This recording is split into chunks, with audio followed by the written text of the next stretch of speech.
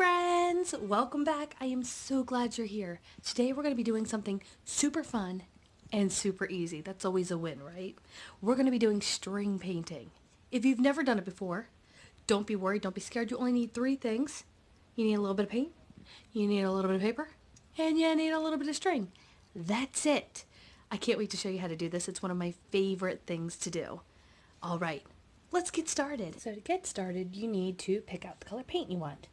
I just used these little acrylic paints. You can use tempera. You can use really any paint that you have at home. Watercolor doesn't work out too well. But I'm just using these guys. So I got red, I got blue, and I got purple. The next step is to cut your string. You want to have a nice long piece. I ended up using embroidery floss, which is really thin because it moves around pretty easily. I tried paracord, which is this thicker string, and it wouldn't bend and work out right. So if you have something thinner, like embroidery floss, or if you have regular yarn, that'll work out great. So the next step is to get some paint on this. This step can be a little messy, so just be careful. I'm going to just put my yarn in here, kind of wiggle it around, make little curls and things like that, so it's got lots of color on it. And you want to leave a length of string with no paint on it at all, because you're going to need to pull it, and if the whole thing's covered in paint, then you're probably going to be covered in paint. So you can use your fingers if you want, but I'm going to use this little palette knife, or if you've got a little plastic knife or a paintbrush or something, you can do that. I'm just going to dip my entire string, cover the whole thing so that it's underneath of the paint. You want lots of paint, lots of paint. But when you get your string out, you don't want that much paint. You don't want it to be too thick. So what I do is I just hold my palette knife down and pull the string gently. I'm not holding the palette knife down too hard, but I want to get some of that extra paint off of it. So really slowly pulling it towards me, making sure that it's not touching me, because I don't want to get paint all over myself. And then once you get to the end, there's the end of my string, I'm going to put it on my paper. For this demonstration, I'm going to be working in my sketchbook.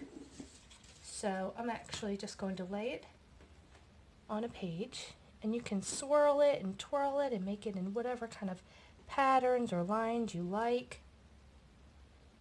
You can also do multiple strings too if you really want to. Maybe we'll do that later in the video. Make sure you leave that white end at the very bottom. And then, still holding on to the string, I'm going to turn my camera a little just so you can see. I'm going to close my book gently. I'm going to hold my hand down, and then all I'm going to do is pull this string straight out. So just pulling it straight down. Hang on, I don't want to lose what page I'm on.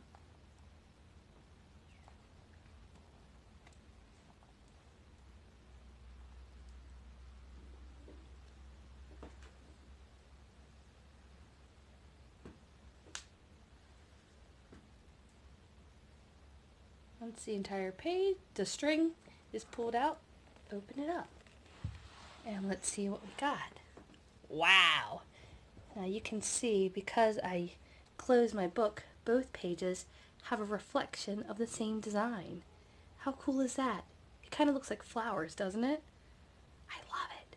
So I'm going to do this on a piece of folded paper in case you don't have a book to put it in. And I'm also going to try it between two canvases. Let's see how it turns out. I'm really excited.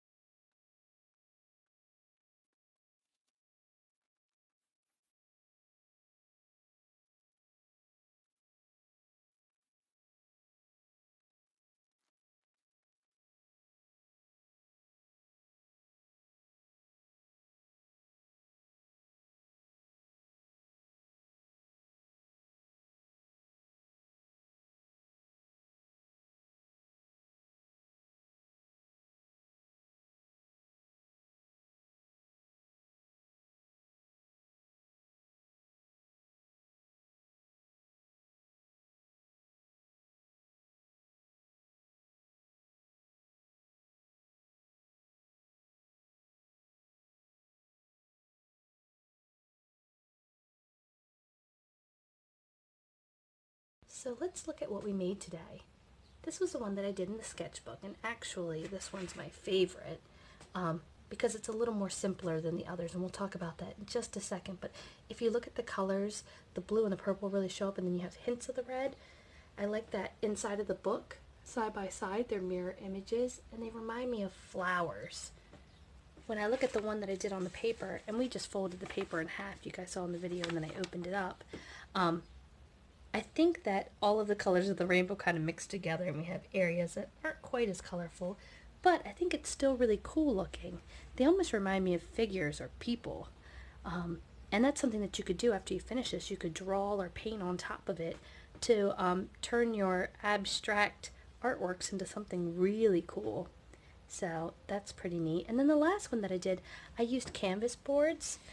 And what I noticed is that since the canvas has this texture, it's hard for the paint to just slide off of the string like it does on smooth paper. So my suggestion to you is to use smooth paper instead of canvases or canvas boards, but you might like the way that looks. And I think that the two of these next to each other is really kind of cool. So pretty interesting. It's fun to try different combinations, and with the paper one and with the canvas one, you saw in the video I used 2 strings instead of just 1. But really you can do this with as many strings as you like, and even using just 1 string like I did in the first turned out pretty cool. Well, I told you today was going to be easy and fun, right? I think these designs are great. I can't wait to see what you come up with. I hope you had fun. I'll see you later. Bye guys!